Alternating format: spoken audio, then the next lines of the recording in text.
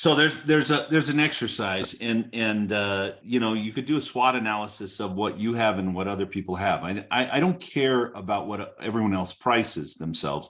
I care about what they deliver. So I could do a SWOT analysis. I could do just a SWOT analysis on my own business. What are we?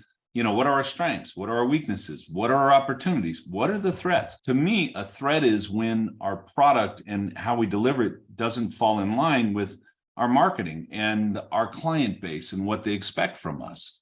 So, you can do a SWOT analysis. Another thing to do, and that's kind of on the right here, is think of like 7 words that would describe your business, that would describe your business if it was perfect, or 10 words, and think of specific words, clean, organized, efficient,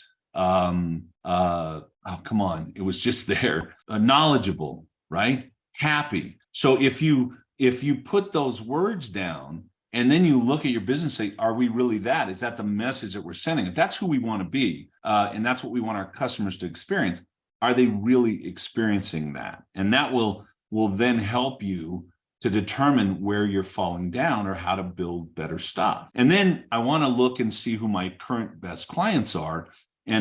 Because that's going to tell me what it is that they want. What do they have? Who are they, right? What are their vehicle makes? What are the income levels? Where's the neighborhoods?